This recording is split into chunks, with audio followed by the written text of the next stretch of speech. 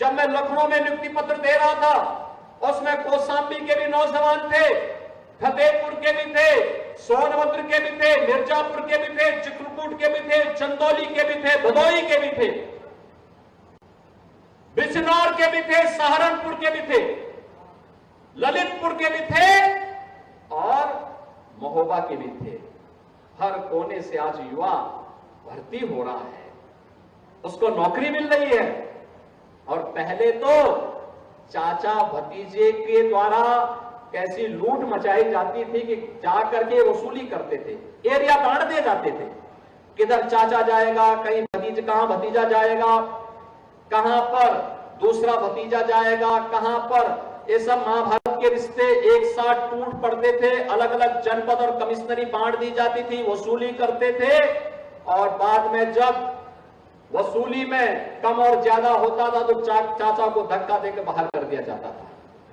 बहन और भाइयों, अब ऐसा नहीं होगा।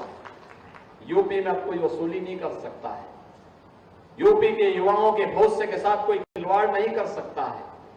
आज यूपी रेवेन्यू सरप्लस प्रदेश बन चुका है। मां गंगा के सीम कृपा जिस क्षेत्र पर बनी रहती है, वह क्षेत्र जो सनातन धर्मावलंबियों का वैदिक कालखंड से इस सरदार आस्था का केंद्र बिंदु रहा है, जिस केंद्र में दुनिया की सबसे प्राचीन गुरुकुल महर्षि भारद्वाज ने जिस प्रयागराज में स्थापित की थी, उस प्रयागराज के सामने पहचान का संकट किसने खड़ा कर दिया था?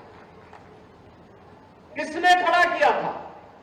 ये जो जाति जाति के नाम पे लड़ाने वाले लोग हैं ना, आज जो कह रहे हैं, तमाम प्रकार की बात कर रहे हैं, तमाम प्रकार की बड़ी बड़ी उद्घोषणा अपनी मनबड़ई में करने का फिर से दुस्साहस कर रहे हैं। क्या ये सच नहीं है? क्या ये सच नहीं है? ये वही लोग हैं जो टीपू आज सुल्तान बनने का ख्वाब फिर से देख रहे हैं। बहन और भाइयों, यही टीपू थे जो माफिया के सामने नाक रगड़ करके आपके सामने पहचान का संकट खड़ा करते थे। क्या ये सच नहीं है? इन माफियाओं को गले का हार बना करके प्रयागराज के अस्तित्व के सामने, प्रयागराज वासियों के सामने पहचान का संकट खड़ा करने का काम इन्होंने किया था। ये गुमराह करते हैं। क्या ये सच नहीं? इन्हीं माफियाओं ने राजूपाल की हत्या की थी। राजूपाल एक गरीब परिवार से थे, राजूपाल एक गरीब परिवार से थे, विधायक बने थे, लेकिन किस निर्ममता के साथ उनकी हत्या हो गई थी।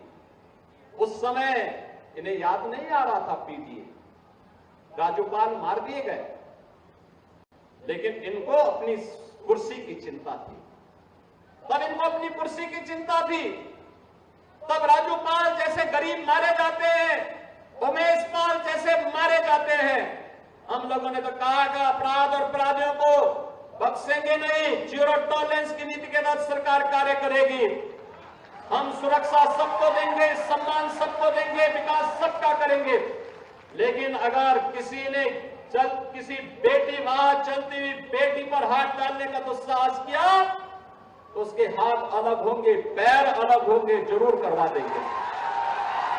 हर बेटी को सुरक्षा प्रदान करना ये सरकार का दायित्व है और सरकार अपने इस दायित्व का निर्वहन करेगी, किसी भी हद तक जाकर के करेगी।